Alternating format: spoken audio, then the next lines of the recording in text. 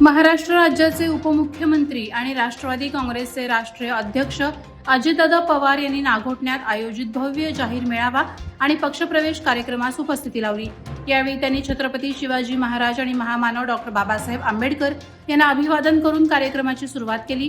नागोठणे येथील ST stand जवळ doctor Babasaheb Ambedkar सभागृहाला त्यांनी आवर्जून भेट दिली। बौद्ध बांधव आणि भीम अनुयायांचा सत्कार स्वीकारत त्यांनी जय भीमचा नारा दिला। रायगड ही स्वराज्याची भूमी असून शिवरायांच्या शौर्याने आणि भीमरायांच्या विचारांनी पावन झाल्याची भावना त्यांनी व्यक्त केली। बाबासाहेबांनी दिलेल्या समता, स्वातंत्र्य आणि न्यायाच्या संविधानामुळे देश अखंड असल्याचं त्यांनी नमूद केलं। पनवेल महापालिका निवडणुकीच्या पार्श्वभूमीवर महाविकास आघाडीला मोठा धक्का बसला असून काळुंद्रे गावातील शेतकरी कामगार पक्ष आणि शिवसेना ठाकरे गटाच्या कार्यकर्त्यांनी भारतीय जनता पक्षात जाहीर प्रवेश केला। शेकापचे सक्रिय कार्यकर्ते संतोष म्हस्कर, बाजीराव घरत, अनिल म्हात्रे, शिवसेनेचे अविनाश म्हस्कर यांच्यासह महिला बचत गट आणि सिडको महिला मंडळाच्या अनेक सदस्यांनी भाजपमध्ये प्रवेश केला। हा पक्षप्रवेश आमदार प्रशांत ठाकूर यांच्या हस्ते पार पडला। यावेळी स्थानिक पदाधिकारी आणि कार्यकर्ते मोठ्या संख्येने उपस्थित होते।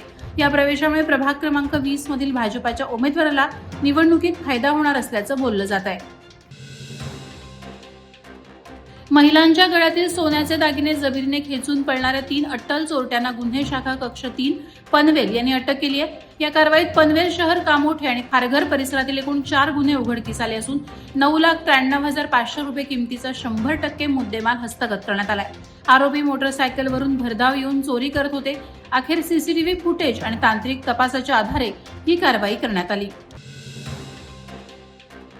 पेण तालुक्यातील आमटेम येथे रेल्वे स्टेशन मंजूर करण्याची मागणी गेल्या 38 वर्षांपासून प्रलंबित आहे।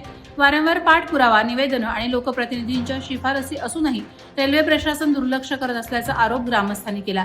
यापूर्वी 25 डिसेंबर 2023 रोजी आंदोलन स्थगित केलं होतं, मात्र अजूनही निर्णय न झाल्याने नाईलाजाने 17 जानेवारी रोजी सकाळी 11 वाजता रेल रोको आंदोलन करण्याचा इशारा देण्यात आलाय।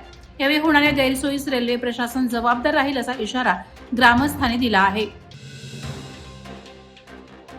भारतीय नौदलाच्या INS व्ही कौंडिण्य या ऐतिहासिक सागरी मोहिमेत रायगड जिल्ह्याचे सुपुत्र अभिषेक मगर यांची निवड झाली।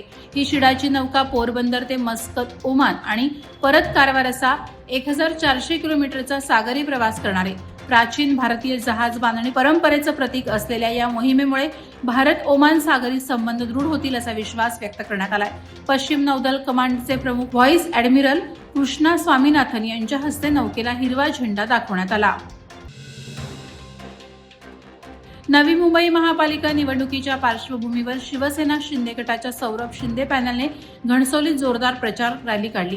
उपमुख्यमंत्री एकनाथ शिंदे यांच्या नेतृत्वाखालील शिवसेनेच्या उमेदवारांनी एकत्रितपणे प्रचार करत मतदारांशी संवाद साधला। या रॅलीला नागरिक आणि कार्यकर्त्यांची मोठी उपस्थिती लाभली। सौरभ शिंदे, प्रशांत पाटील, दीपाली सकपाळ, वैशाली म्हस्कर आदी उमेदवार सहभागी झाले होते। विकास कामांच्या जोरावर विजय मिळवू असा विश्वास यावेळी उमेदवारांनी व्यक्त केला। पनवेल तालुक्यातील भाताण येथे महाराष्ट्र राज्य पत्रकार संघ आयोजित वेध विकासाचा पत्रकार चषक 2026 क्रिकेट स्पर्धा उत्साहात पार पडली। 2 षटकांच्या अंतिम सामन्यात पनवेल तालुका पत्रकार संघानं कर्जत खालापूर पत्रकार संघावर मात करत विजेतेपद पटकावलं। खालापूर संघानं प्रथम फलंदाजी करत 16 धावा केल्या। प्रत्युत्तरादाखल पनवेल संघानं रत्नाकर पाटील आणि प्रमोद चौलकर यांच्या फलंदाजीच्या जोरावर 2 चेंडू राखून विजय मिळवला। उत्कृष्ट कामगिरीसाठी प्रमोद चौलकर सामनावीर ठरले। मान्यवरांच्या हस्ते विजेत्या संघाचा सन्मान करण्यात आला। आगामी जिल्हा परिषद व पंचायत समिती निवडणुकांच्या पार्श्वभूमीवर रायगड जिल्ह्यात शिंदे शिवसेनेनं मोर्चे बांधणीला वेग दिलाय। रायगड, आंबेपूर, कुर्डूस जिल्हा परिषद गट क्रमांक 31च्या कार्यकर्ता संवाद मेळावा आणि पक्षप्रवेश सोहळा संपन्न झाला। यावेळी मानसी दळवी आणि रसिका केणी जिल्हा परिषदेत प्रभावी कामगिरी करतील असा विश्वास व्यक्त करण्यात आला।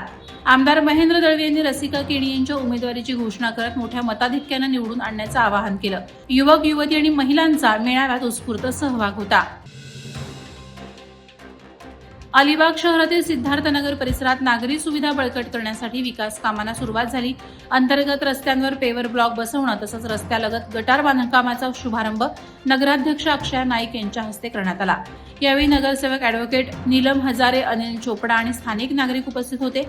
या विकास कामांमुळे पावसाळ्यात पाणी साचण्याची समस्या दूर होणार असून परिसरातील स्वच्छता आणि वाहतूक सुलभ होण्यास मदत होणार आहे। माणगावमध्ये दिव्यांगांसाठी दिलासादायक उपक्रम राबवण्यात येत असून 200 दिव्यांगांना मोफत आधुनिक कृत्रिम मॉड्युलर पाय देण्यासाठी हे शिबिर आहे.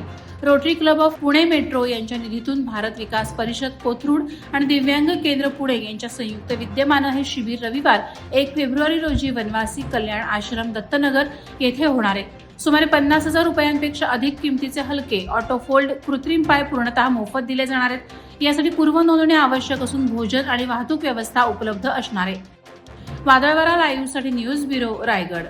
नवी मुंबई व रायगड जिल्ह्यातील ताज्या बातम्या आणि घडामोडींसाठी सबस्क्राईब करा वादळवारा लाईव्ह चॅनल आणि दाबा बेल आयकॉन.